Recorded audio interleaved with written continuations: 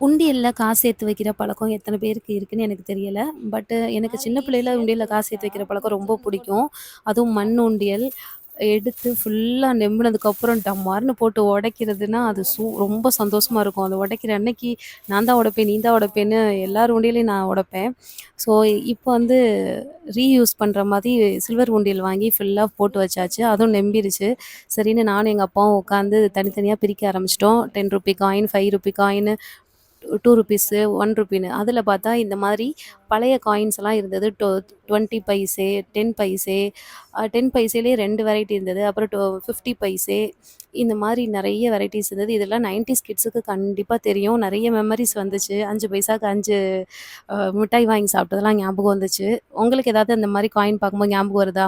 2கே kids கண்டிப்பா இந்த coins எல்லாம் பார்த்துருக்க சான்ஸே இல்ல. சரி, ஓகே. இப்ப கிளைமாக்ஸ் வருவோம். எவ்வளோ இருக்கும் இந்த காயின்? சொல்லுங்க கெஸ் பண்ணி.